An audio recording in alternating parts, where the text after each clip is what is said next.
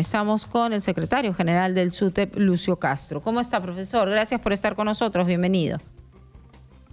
Giovanna, Manuel, muy buenos días. Gracias por la oportunidad. Cuéntenos qué es lo principal dentro de esta manifestación. El tema del presupuesto, del 6% del PBI a educación, la destitución del ministro, la renuncia del ministro de Educación. ¿Qué es lo más importante para ustedes dentro de estos reclamos? Uno central, Giovanna, que tiene que ver con una preocupación que no solo de los trabajadores, sino de la población, es el destino de un presupuesto idóneo para educación. Queremos que la Constitución sea respetada y se destine el 6% del PBI, tal como lo indica el artículo 16 de la Constitución Política. Un segundo tema tiene que ver con la expresión manifiesta del magisterio y de los autoridades de educación, en el sentido de que es importante que todos formemos parte de una campaña para asegurar el retorno a la presencialidad el primer día hábil del mes de marzo del próximo año. Y ahí consideramos que con tiempo y con la decisión política esto tiene que asegurarse.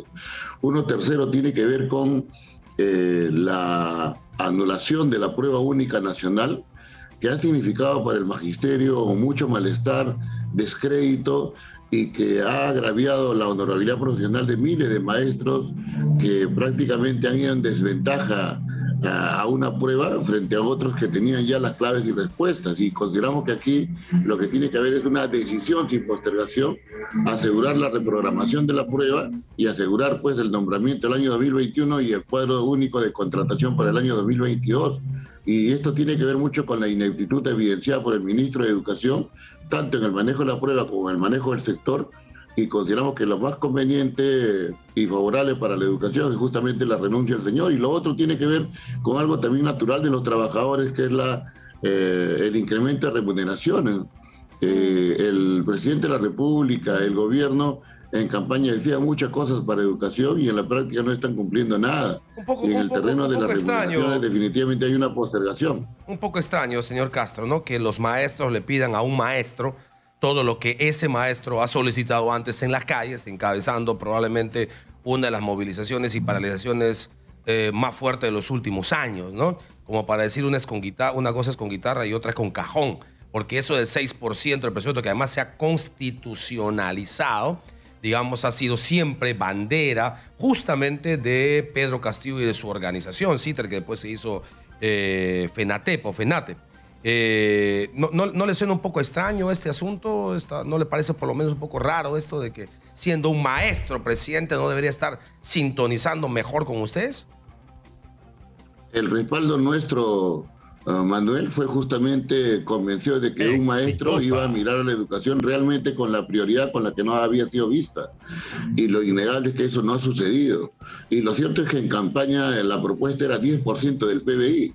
Y nosotros decíamos de manera más racional, aquí lo conveniente es simplemente que se respete la Constitución y el 10% puede ser una meta.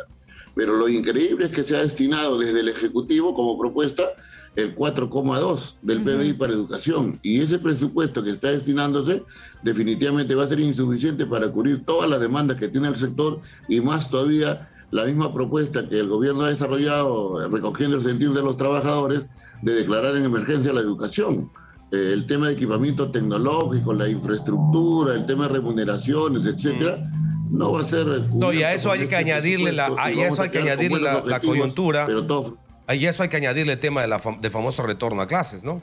De la presencialidad o la semipresencialidad, que requiere, sin ninguna duda, de una adecuación o readecuación, lo que obliga a un mayor presupuesto. O sea, si le sumamos a lo que usted ha señalado, no hay forma de que con ese 4.2 alcance, ¿no?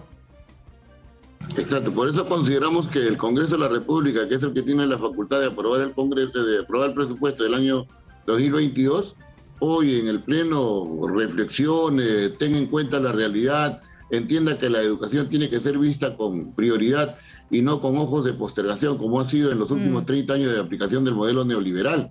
Esperamos que eso suceda y justamente la movilización tiene ese objetivo. En el país no solo los maestros se van a movilizar, ahí estamos articulados con la CGTP, la CITE, colectivos sociales, padres de familia, estudiantes universitarios, que vamos a movilizarnos buscando pues esta reflexión buscando esa atención absolutamente justa. Profesor, ustedes han tenido una reunión con el ministro y definitivamente le han llevado estos reclamos, le han llevado estas ideas.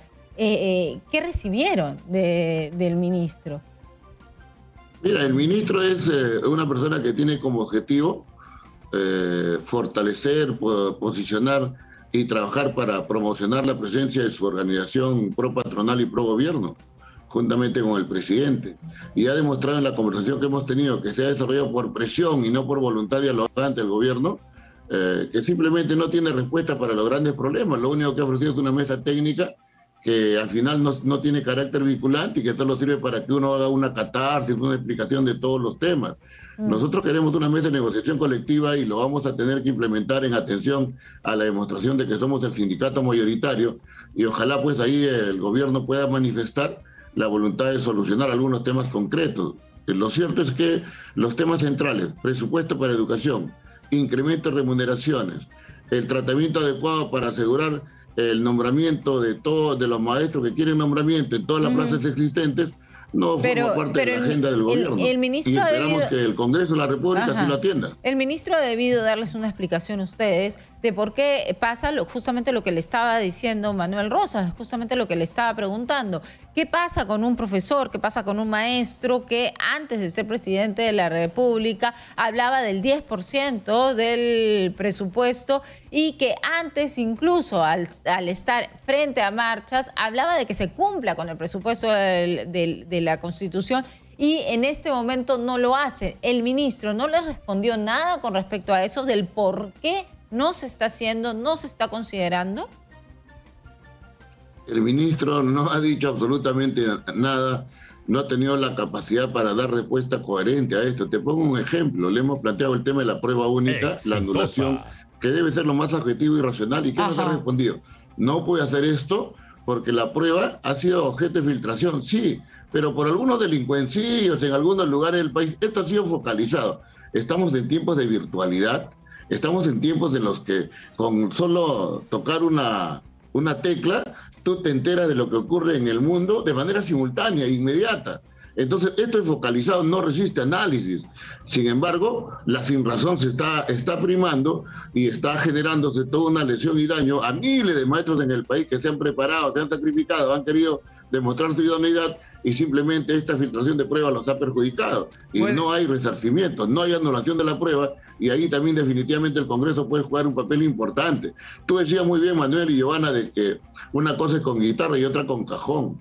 El presidente ha dicho, pues, en campaña 10% del PIB para educación, una UIT de remuneración para los trabajadores, ingreso libre a las universidades, sueldo de maestro para el presidente de la República, mitad de sueldo para congresistas, pago de la deuda social, y nada está pendiente. Y un dato que salió ayer realmente preocupante, ¿no? Las universidades públicas han emitido un pronunciamiento diciendo, bueno, sí podemos regresar en marzo en determinadas condiciones, pero un primer tema es el presupuesto.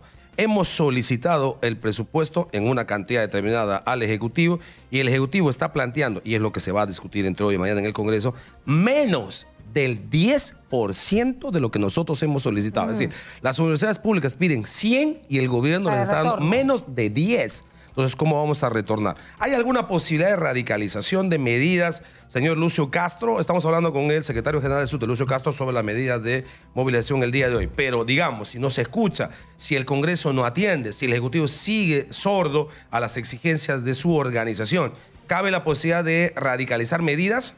Exitosa. Mira, esta movilización ha sido un acuerdo de la Asamblea Nacional Delegada. Los dirigentes implementamos las decisiones de las bases y consideramos que si no hay atención, consideramos que si esta postergación continúa, definitivamente vamos a tener que adoptar una decisión mayor y, en todo caso, con la participación decidida y radicalizada de los trabajadores.